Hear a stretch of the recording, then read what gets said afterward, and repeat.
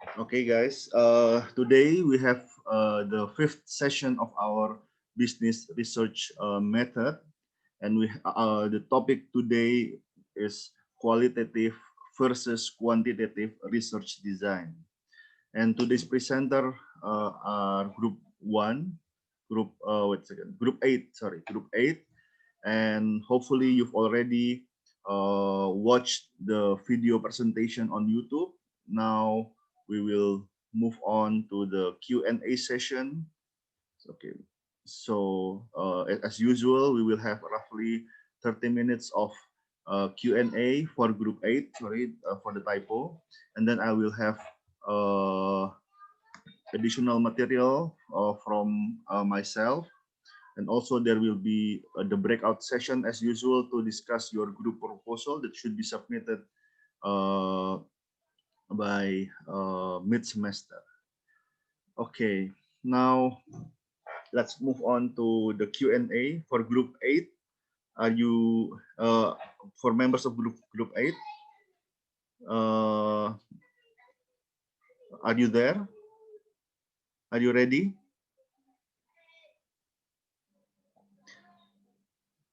Group 8? Yes, sir. Okay, so we will note down, please note down the questions first, and then you can discuss the question according to your group, and then you can answer the question. In this case, I will put you on the breakout room. So for Group 8, you can discuss the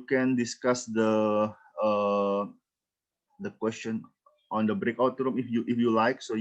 So the remaining group can stay on the main session, and the Group 8 can discuss the question on Group 8, and so the discussion should be more alive, I think. So so from Group 1, can you do you have any question for Group 8?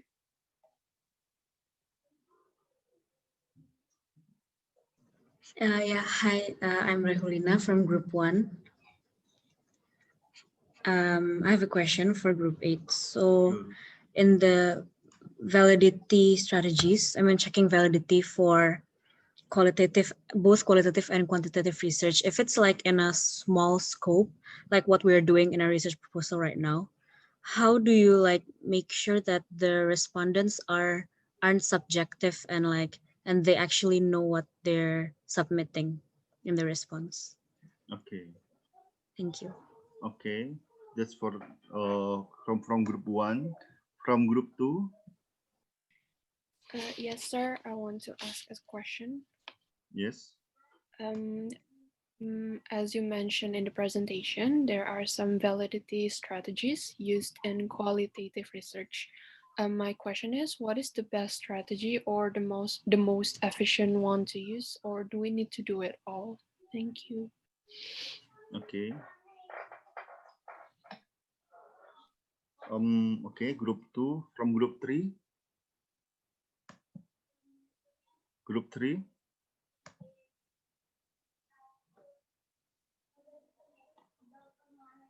Okay, I'll skip Group 3 for now. Group 4.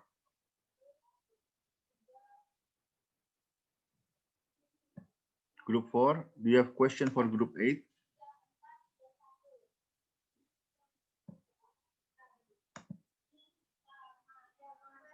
Group 4. Okay, Group 5. Actually, sir, we have two questions. Is it all right? Okay, Yeah. that's fine. That's good. Okay, so the first question is like, are there any major consequences of having like too much biases, values, or personal background within the research? Like, I know it's for qualitative, it's slightly okay, but what if it's a bit too much? And what if it's in qualitative as well? Okay. Mm-hmm. Okay. That's the first question. Okay. Thank you. So who wants to ask question? Winarif, sir. Okay, Winarif. Yes, you may ask your question. So my question is related to the types of the research design. can you mention the disadvantages and advantages of using both quantitative and qualitative research? Also, I just want to know your opinion. Is it the quantitative research design is superior than the qualitative research design, as more people tend to prefer to use the quantitative research design over the qualitative one? Okay. Okay. Group 6. So our question would be, so like during this pandemic, quantitative approach can be hard, especially if we want to interview the local people since they may not have access to technology, which made it hard to interview them through online. So what would be the alternative for this type of problem? Okay, that's a good question. Okay. Group 7. Group 7.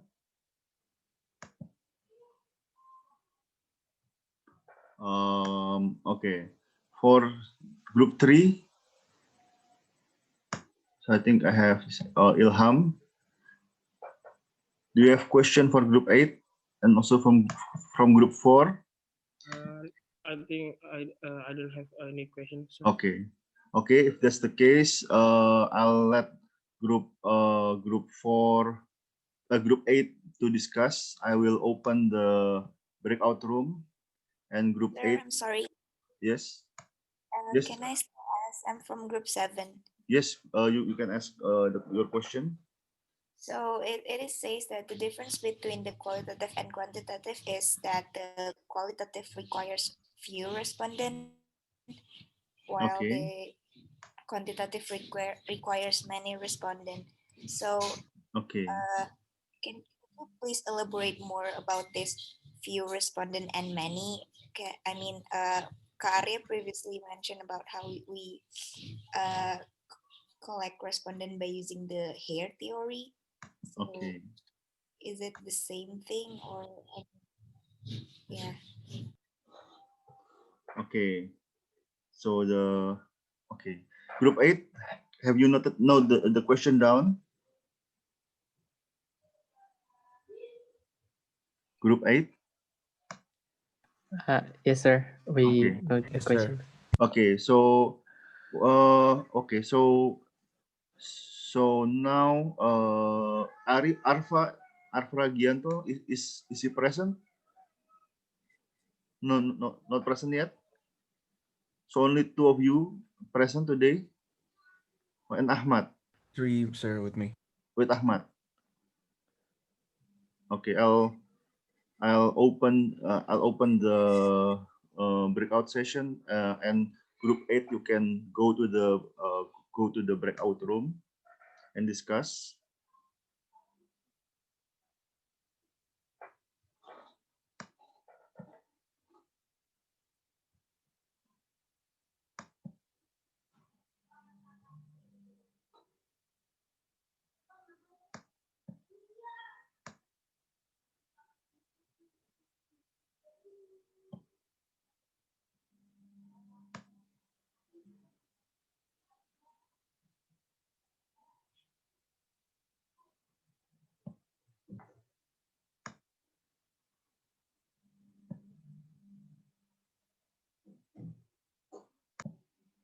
Okay, guys, we've returned from the breakout room.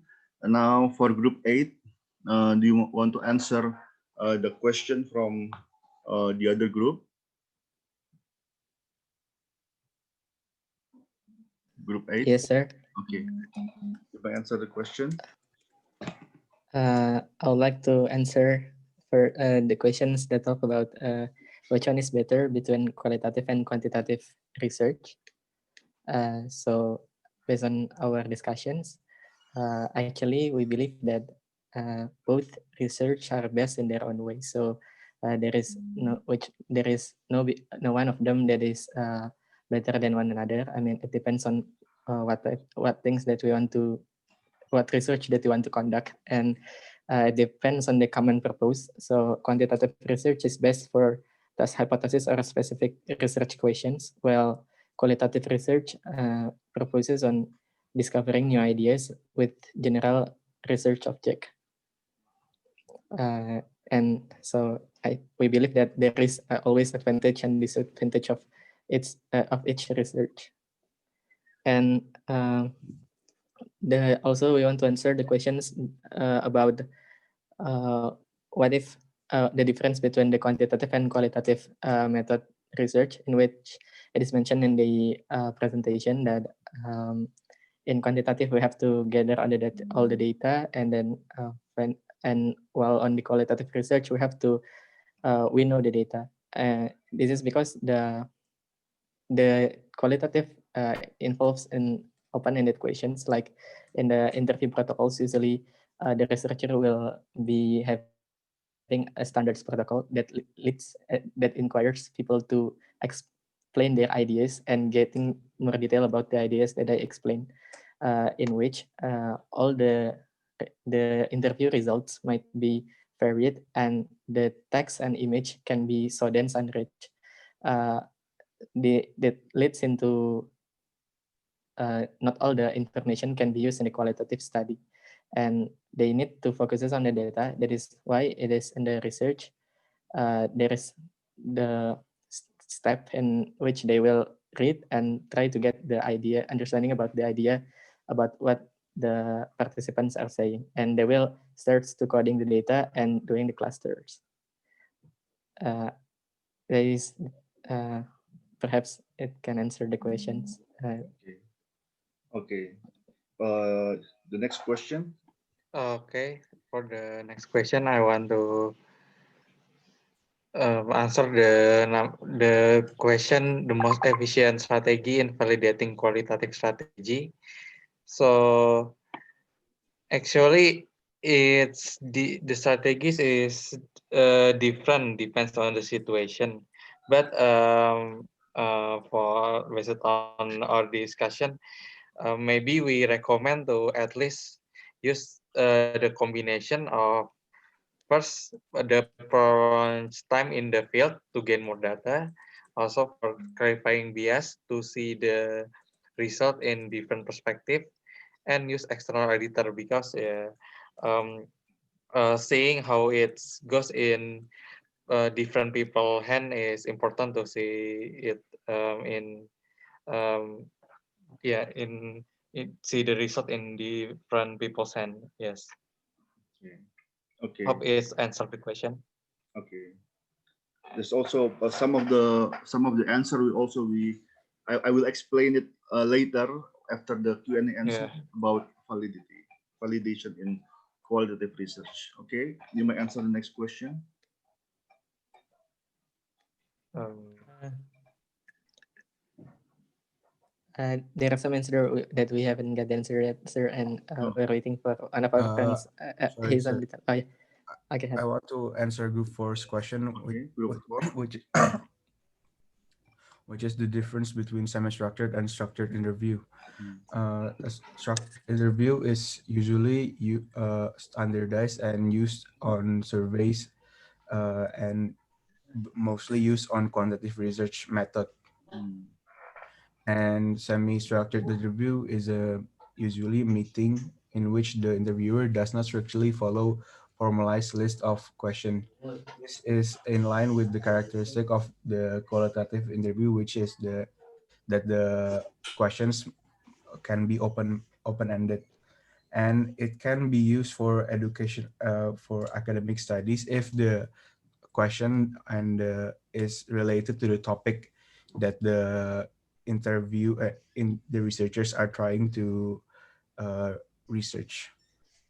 Okay, yeah. So for interviews, for in-depth interviews, we have different types of interview ranging from structured to unstructured. And there's also as a rule of thumb, if you are an expert, you have experience in doing the research and doing interviews, then you can do the unstructured or the semi-structured interview. But if you are a beginner at doing interviews, if you are just learning qualitative research, then it is best for you to use structured interview instead. Okay, move on to the next question.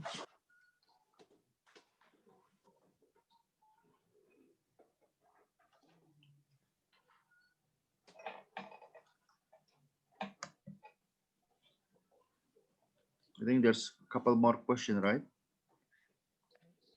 Or you want to discuss first? Okay, you may discuss the question.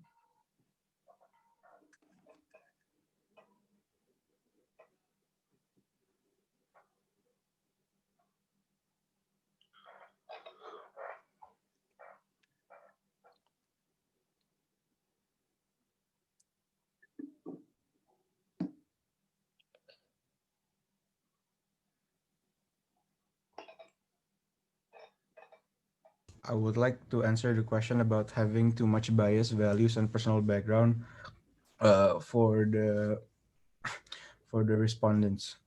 Uh, there is of course a major consequences in the change of answers and the response that you will be getting depending on the personal background and their respondents' values.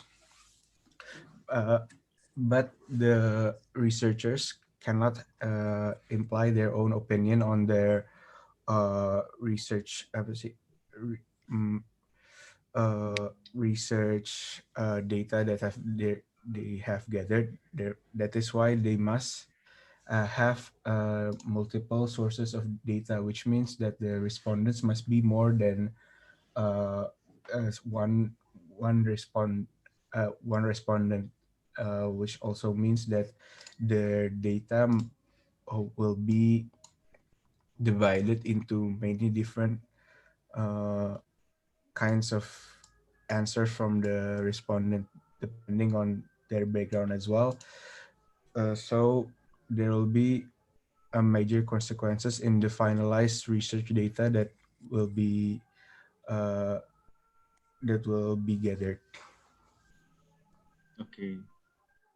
Okay, so I'd like to add that in qualitative research, there are objectivity, there are uh, o- there's so there are measures of objectivity. However, the objectivity in qualitative is not the same with quantitative. So the definition of bias in qualitative is different from the definition of bias in quantitative research. I will discuss later about how the concept of bias is seen from a qualitative point of view. Okay, so you can move on to the next question.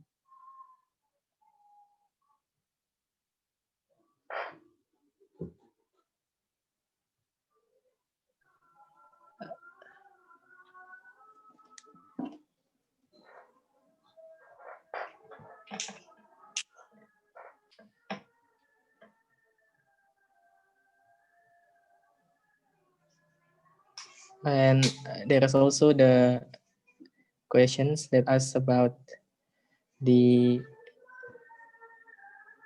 what is that? The most efficient strategy in validating qualitative strategy. So how do qualitative researchers check whether it can be reliable or not? So it is suggested that the qualitative researchers to document the procedures for the case study as good as possible. It is also them to make the case protocol and also the database, and there is also procedures that needs to be involved by the researchers. So these are the procedures. So first, they need to check the transcript to make sure that it doesn't contain any obvious mistakes during the transcriptions. So transcription is a process where after the audio typing and the audio tape will be then move into notes. And the next one is making sure that there is no drift in the definition of the codes, meaning of the codes. So usually after the research is being conducted, the results will then be turned into code. Sometimes they also use the computers in order to save the time. And the next one is cross-check the codes that is developed by different researchers and comparing the results independently. So they need to make evidence that they collect consistently proposed in the study. Meant by the procedures that they mention a single researchers that is named as the intercoder agreement, or the one who is another person who do the cross-checking about the code, and the codes will then be checked by him. And it is also recommend that the consistency of the coding is at least reach 80% of the good qualitative reliability. Okay. Although the 80% is still a rule of thumb, so different standard apply. So it doesn't have to be 100. It doesn't have to be 80%. It depends on the context of the research, because sometimes to get an 80% agreement on like 12-hour interviews might be very difficult, especially if the topic is very interpretive. So you need to interpret the codes rather than just classifying the codes. Then some might even say even 50% agreement is also already considered sufficient. Okay. Okay, you may continue. Is there any other? I think, is there any question left? Group 8. Already, is there any question left?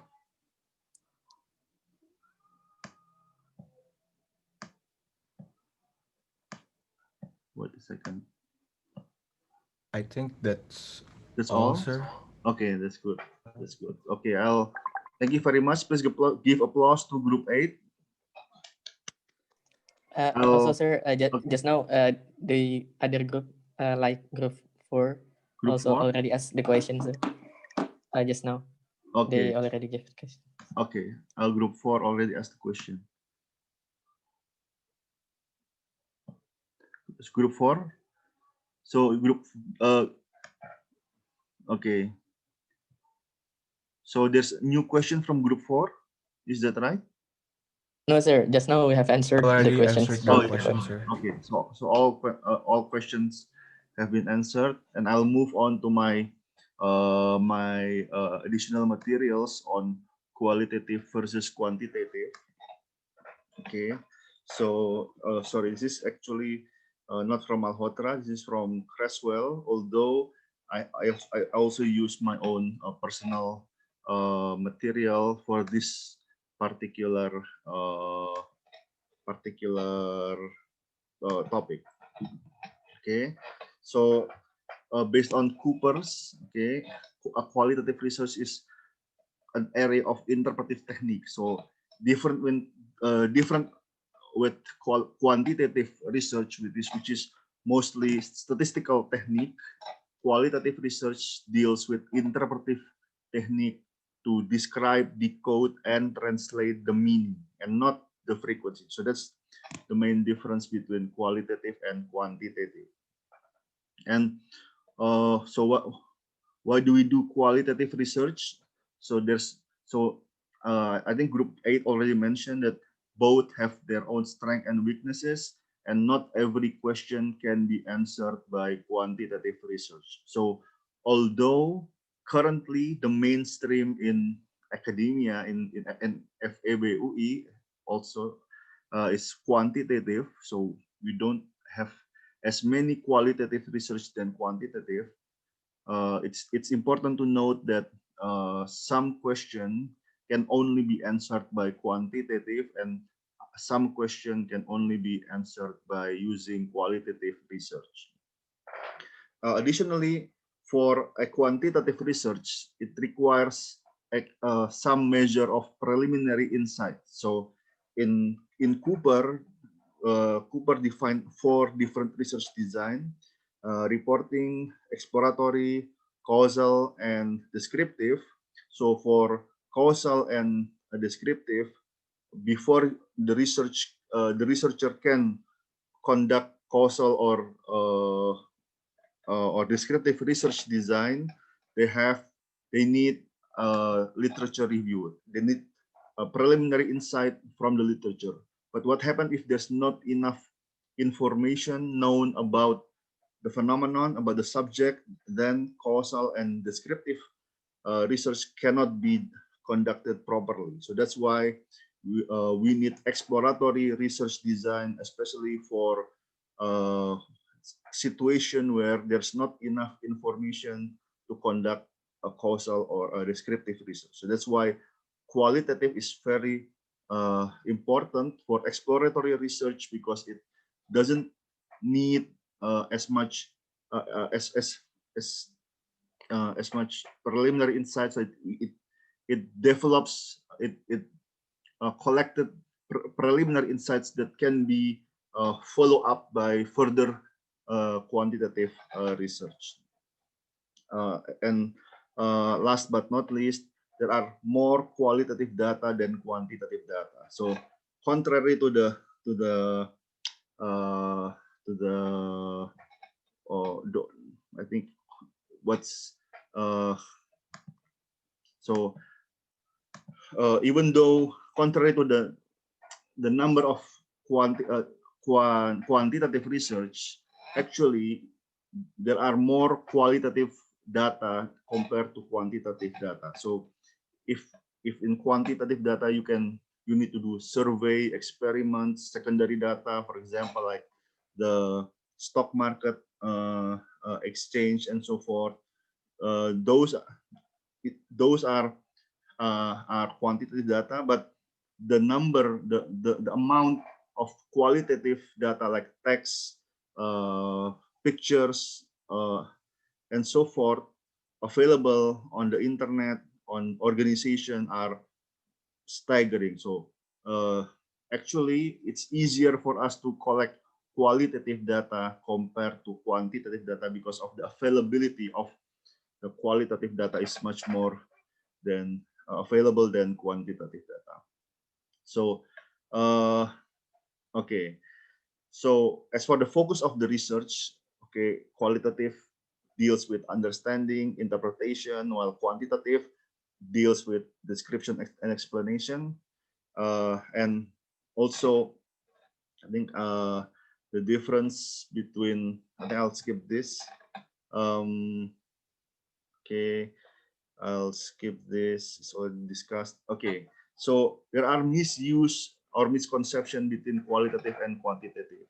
One of the misuse is that qualitative research is thought to be quicker and cheaper than quantitative. That is absolutely not the case. Sometimes qualitative research can take much more time, much more effort than quantitative. If you do quantitative research, you can just spread the survey, collect the data, do the statistical analysis. But for qualitative, if you done an interview, like 1 hour interview, you'll have to transcribe the interview into verbatim transcript, which in my experience often takes as much as 3 times the period of the interview. So for example, if you done a 1 hour interview, sometimes you need 3 hours just to transcribe that interview. So you need to listen and type down the text. So that's not absolutely not a quick and cheap process. So even though yes, qualitative research usually deals with less sample, smaller sample size, but it's not quicker, it's not cheaper, because even though you interviewed like 5 or 10 people, but it's not the number of respondents, it's how long the duration of the interview, of the data collection, that determines the amount of work you need to do to analyze the data. The misuse of another misuse of qualitative is that it's not valid. So that's obviously not the case, but the measure or the concept of validity in qualitative research is different from the concept of validity in quantitative. I will discuss about that later in the next slide. And the misuse of qualitative is attempting measurement using qualitative research. So if you're doing qualitative, if you're doing interview, a focus group discussion, and so forth, you cannot do a measurement. So it's different. Qualitative research doesn't deal with any measurement. So that's the domain of quantitative research. On the other hand, for quantitative research, there are also a couple of misconceptions, like numbers are fact. That is not the case. Okay, people can lie, and people do lie with statistics. They can manipulate the significance. They can cherry pick the data. So getting, for example, 3,000 people, uh, getting the agreement of 3,000 people doesn't make something that is false into the truth. So so numbers can lie. Numbers is not absolute. People needs to be careful and considerate with number, because everything is interpretable. So you can interpret the findings even from statistical analysis according to uh, your interest. So researchers needs to be very ethical, not interpreting the result according to the interest of the researcher, but according to the correct, the acceptable scientific method. Okay, the misconception of quantitative attempts deep, detailed understanding. That's so basically by design, quantitative research deals with the mean, the normal. So sometimes they even exclude outliers, so data beyond the normal range. So the quantitative study only focus on the overall measurement, but missed on the cases, the interesting cases that's outlier. On the other hand, qualitative research focuses on the outlier, focuses on the non-normal data. So people that's object or a person that's too high or too low to be considered part of the normal distribution. So that's the difference between qualitative and quantitative. However, uh, it needs to be understood that both qualitative and quantitative are not antagonistic. So I actually disagree with the title of this session, which is quantitative versus qualitative. That is not correct, because it's not antagonistic, but they are complementary. So and qualitative can be mixed with quantitative with a certain so it will be discussed in later session about how qualitative can be mixed with quantitative to get the benefit of both approach. Okay, so as I've mentioned that the concept, the usual concept of validity, reliability, objectivity, and generalization is comes from the quantitative approach. However, some of them can be adopted into qualitative, but it needs to be redefined to fit the reality of qualitative approach. So validity, which is quantitative, uh, uh, can be translated into credibility. So in qualitative research, if you're talking about validity, what you mean is credibility. How credible is your research? It needs to be cumulative. It confirm or support previous studies, more or less. So if your finding match with previous studies, then it is cumulative. Although it doesn't have to be that way. Your study can refute, can identify new data point that previous study. So that is fine. But if it confirmed previous study, then it is stronger. It needs to be also communicative. So the data and the analysis can be confirmed to the sources, to the research subject. For example, if you are interviewing consumer of a certain product, like certain food, certain what's okay, and you want to, you've collected the data and you've done the analysis. Then after you've done the analysis, you need to talk to your research subject, your interview subject, whether they agree or not with your conclusion. If they disagree, then you have to modify, you have to redo the analysis to understand why, how, is there any misunderstanding in the process, and identify why the research subject disagree with the findings. And it needs to be argumentative.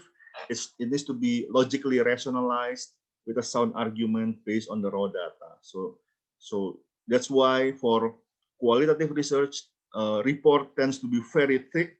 Why? Because they put all of the transcript and the coding in the report so that the finding can be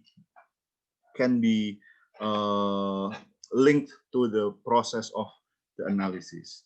And last but not least, the to be credible, the findings need to be ecologic, which is obtained from data collected from as natural setting as possible. So for experiments that have a manipulated setting, that's considered not ecologic, and often the case, the finding cannot be applied in the real world because there are too many manipulations. So for qualitative research, there should be no manipulation at all.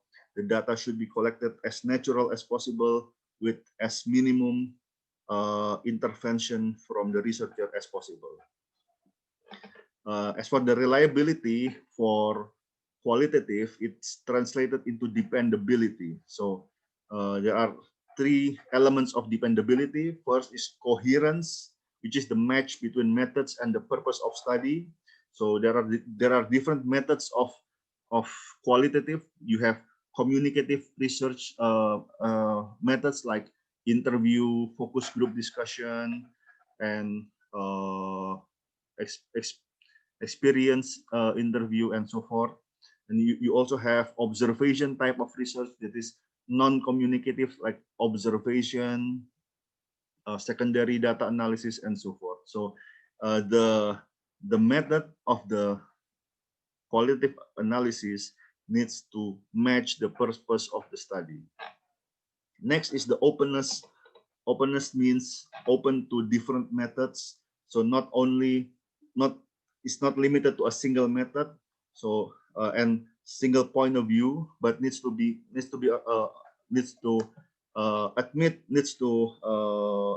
incorporate multiple methods, multiple point of view as a triangulation. So this is a very important part, triangulation. So for example, if you do an interview on employee satisfaction or corporate culture, for example, you don't just interview the manager. You need to interview the manager and also the employees, and then you can triangulate. Or you can interview not only people from the human resource department, but you also interview people from the accounting or the marketing department, and then you can triangulate. Is it true, or the information provided by one source can be confirmed by triangulating with the information from a different source, and see the agreement and the disagreement between different sources. If there's a disagreement, it doesn't mean that they're lying, but it might be there are different understanding of the same phenomenon. So that is an insight that can be obtained by doing the triangulation. Next is discourse. Discourse means in-depth discussion with expert and colleagues. So qualitative research cannot be done alone. So if you're doing the qualitative research alone, you do the interview alone, you do analysis alone, that's a very limited point of view. The richness of the qualitative research is done by discussing the finding, discussing the data with other people, with experts, with colleagues, and then by discussing the findings, your understanding develops even to a greater degree. So the findings after an in-depth discussion with colleague and expert will be greater, will be richer than findings that is only uh, analyzed solely by the one researcher. So that's not a good thing. So in this course means that the researchers should be open to discussion and feedback from expert and colleague to improve his or her understanding on the phenomenon. Next is the objectivity versus confirmability. So in this case, objective is still used, but objective in a qualitative sense is different from objectives from the quantitative sense. So for example, objective in qualitative doesn't mean a distance. So in quantitative, if the researcher cannot maintain distance with the object of the interview of the research, he or she is considered to be not objective. That is not the case in qualitative. You can, so one example is for qualitative research is one of, I think this is one of the well-known example. One anthropologist from, I think from France or from Holland goes to Papua to study a tribe in the depth of Papua, and she wants to study, wants to observe the behavior of that tribe. But she knows that if she's as an external observer, she observes from the distance, she won't get the actual behavior. Because if people are being observed by someone foreign, people will probably modify their behavior. So what happened? She married the chieftain of that tribe. She joined his household, and she stayed there for a couple of years. So obviously, in the time she's married to the chieftain, people act not naturally, act normally, because she's already considered part of the tribe, no longer a stranger, and she analyzed the behavior objectively. Even though she's a researcher, she married with a chieftain, but she kept her professional ability to analyze the behavior. So in qualitative research, the most important tool for analysis is the researcher. So the quality of the research depends on the competence, the ability of the researcher. For a highly competent researcher, qualitative researcher, he or she can separate, can analyze or analyze the data both from the ethic and the emic point of view. Ethic means from the inside, emic means from the outside. So, for example, if you want to study an organization, you join in that organization, perhaps as an intern. Okay, you become part of that organization for a month, but then you analyze them both as an outsider, but also as an outsider, and you want to compare your understanding between the two sides, between the two part of you. That is considered objective. To be balanced, to be fair, and account for multiple perspective, multiple interests, multiple reality. Those are considered a qualitative objectivity rather than a quantitative objectivity, which is mostly to keep distance from the object. So that is the difference between objectivity and in qualitative and objectivity in quantitative. Okay.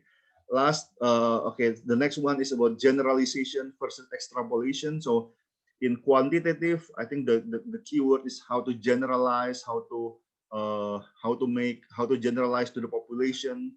However, in qualitative, the purpose is never to generalize, but is to extrapolate, to speculate whether the finding from one setting can be transferred, can be applied to a different setting that are similar, but doesn't have to be identical. While transferability is how the finding in one group can be applied to a different group within a relevant setting and context. So that's extrapolation and transferability. So it's not generalization, but it's extrapolation, transferability, and also representativeness, whether the sample represent different roles, different stakeholder. For example, if you want to study organization, then you want to interview the manager, you want to interview the employees, you want to interview the top management teams. So not only the supervisor, but also the middle manager and different level of the organization needs to have the representation. And also, if there's a different department, every department needs to have a representation to get a holistic understanding of the phenomenon. For example, the HR department, the marketing department, the finance department, the operation department, and so forth. So it needs to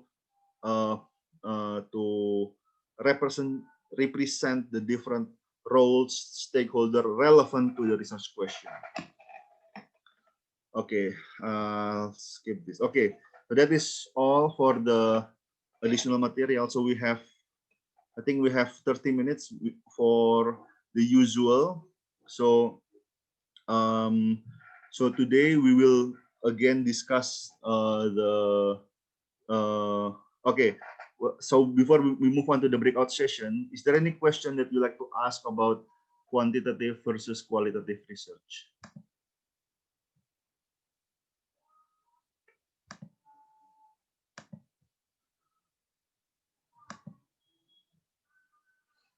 Is there any question? So I'm not sure if you're going to use qualitative research or not in your thesis, okay? Because usually for your thesis, most likely you will get a supervisor that directs you to quantitative research. So most often you will do quantitative research for your thesis, for your undergraduate thesis. However, it's important to note that in the real world, in the real world outside university, so in corporate, like human resources research, marketing research, and so forth, qualitative research is much more dominant than quantitative. So the reality outside academia is that practitioner more often rely on qualitative research than quantitative. Why? Because it's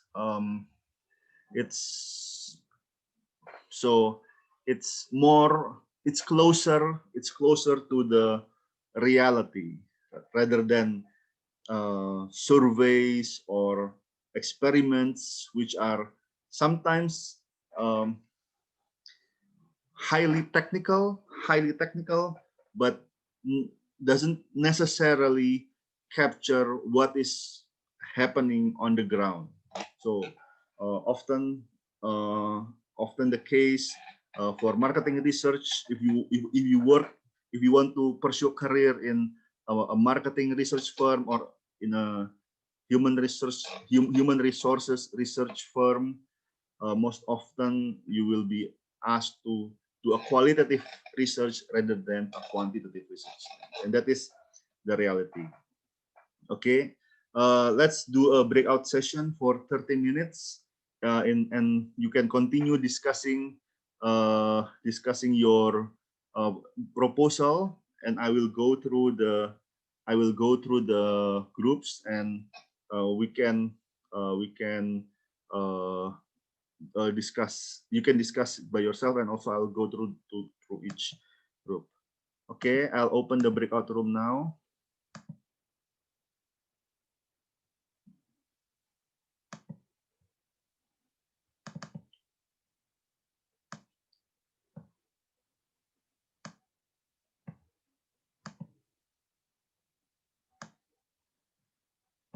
Okay, you can join the breakout room. I'll add group 3.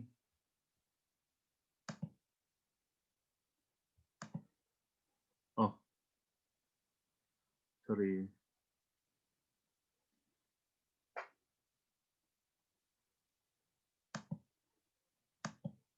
Group 7.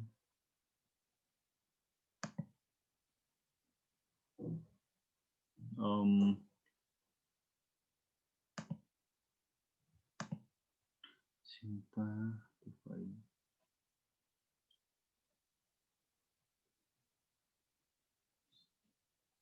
group 6. Okay.